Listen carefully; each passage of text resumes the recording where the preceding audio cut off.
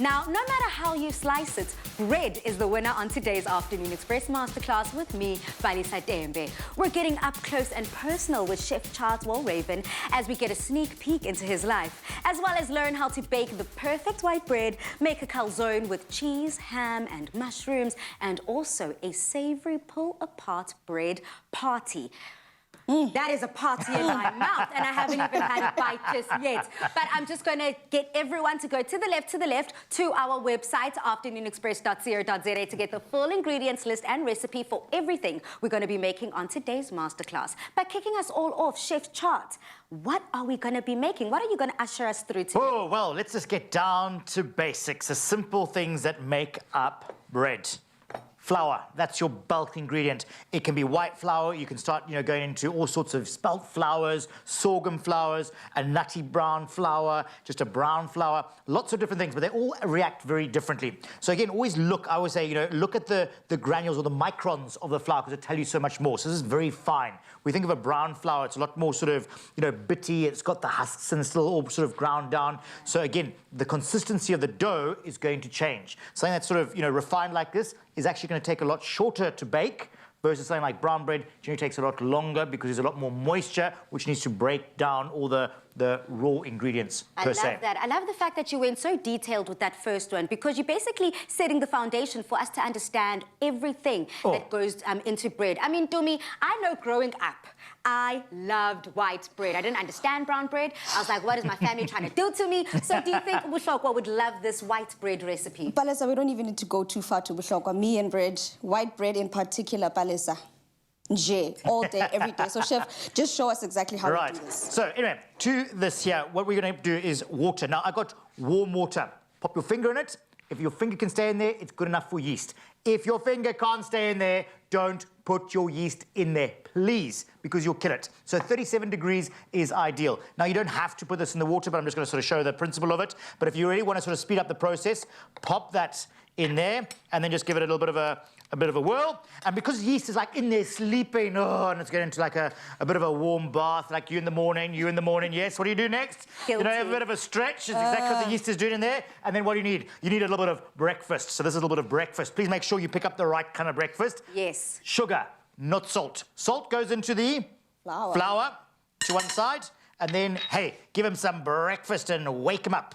So there we go. So you can imagine your yeast has had a bit of a stretch, it's got some breakfast in, and it's ready to have a bit of a party. So yeah, gonna give that a bit of a whirl. Now you can leave this up and this will foam and all the rest of it, but we don't need to do that now. Let's just get straight into it. So make your well and then pour in your liquid. All right, so that's your yeast and your sugar going in there. Now, again, as I've said before, don't use all of that. Because remember, your flour might be a little wet. You might not weigh it out saying correctly. Hold some of the moisture back. I'm going to go in with a little bit of butter, just get a little bit of a voluptuous note, and then start to go in 2 fingers. Yep, keep one clean to, answer the phone or whatever, and start working that in as you go. So just bringing the flour into the sides.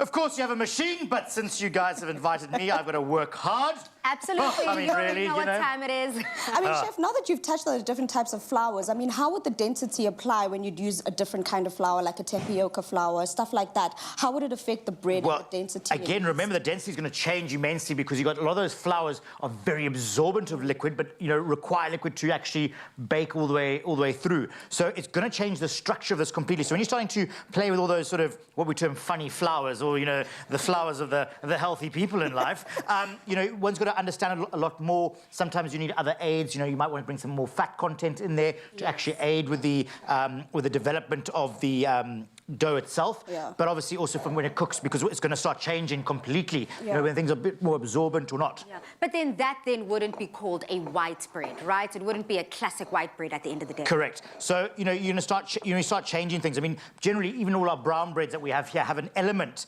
of, white flour inside because this brings the lightness, the fluffiness. Just a straight, if you look at take a rye bread, 100% rye bread is really quite firm and dense and all the rest of it. So you're just going to bear that in mind, it does get a lot heavier.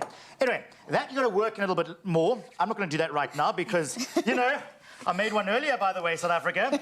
I just love, though, how thorough you are when you are talking us through everything, making sure that everyone gets the gems that they need to nail the perfect white bread. But at the end of the day, I mean, I have to find out. These look like masterpieces on their own. So what is the trick, the tip to ensuring that I mean, this is beautiful. This is picture perfect. Well, so when that dough comes together, you got to work, and I'm going to talk about kneading very shortly now. But once you've kneaded it, it's going to go for its first proof, all right? Okay. That first proof, you know, the yeast in there are breathing carbon dioxide, and these like big bubbles, and that's what's happening to here. Lots of bubbles. So what you need to do is give them a bit of a slap or a bit of a punch. This is a great moment, South Africa. Someone you don't like, or whatever it might be.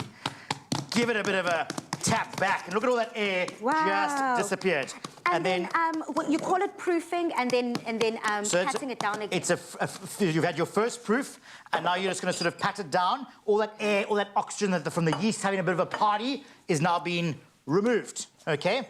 Now the guys are still in there, and they're still sort of going to work a bit more. But you don't want to bake this straight away because it's just going to puff up, and you have all these lots of holes and bits and pieces which you don't want to do. Anyway, a bit of flour on the surface, and again, lots of your doughs all vary considerably in terms of consistency. So you'll notice this is quite soft, actually quite wet. This is, you know, like if you think of like a ciabatta, yeah? Ciabatta, get going, girl, come on, get in there. A ciabatta is very, very wet. Yeah, it has a very, very high moisture content. And what happens there when it's baking, all the steam, and it creates these bubbles. Where I want a nice even crumb. So you'll notice this is a lot more denser. Now, when it comes to kneading, not this.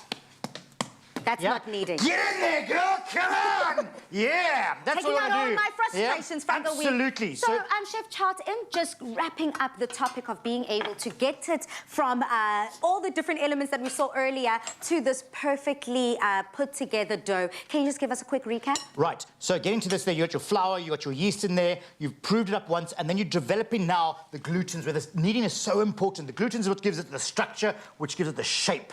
So that's very important now to really develop those glutens. This is what actually can make it quite tough, but you need to do it at such a point where it doesn't actually stick to your hand, it should come away. So once you've kneaded that so much more, it should be lovely and smooth. So let's just pretend this is lovely and smooth. I'm going to take that and just sort of shape it to your little loaf pan like that. Pop it in, and again, allow that to double in size before you put it into your oven, 180, 200 degrees, and you're going to bake. I mean, it's a small little loaf there, but still going to take, you know, 40, 50 minutes, and there you go. Perfect. I mean, he is out of breath for a reason, Mzansi, because he is working, giving us what we want. Thank you so much. Now that we've got the fundamentals down and packed, we want you to get in on some of this magic. Please do head over to afternoonexpress.co.za for the full recipe and ingredients list. On social media, this is what it's all about. Bread may not be great for the diet, but sometimes you just can't say no. So what is your favorite type of bread? Remember to include the hashtag AfternoonExpress in all of your comments. Do me take a good bite there and tell me how it tastes. Oh, Palace, I've been waiting. The airiness, you see that? Light, crisp, fluffy. Crust, soft inside. It's all about that crust. 10 out of 10, Chef Chart. Well, I hope you're still going to be coming with all of that energy, because coming up, we'll get to know Chef Chart a little better, and then we're going to be making a simply decadent calzone stuffed with cheese, ham, and mushrooms.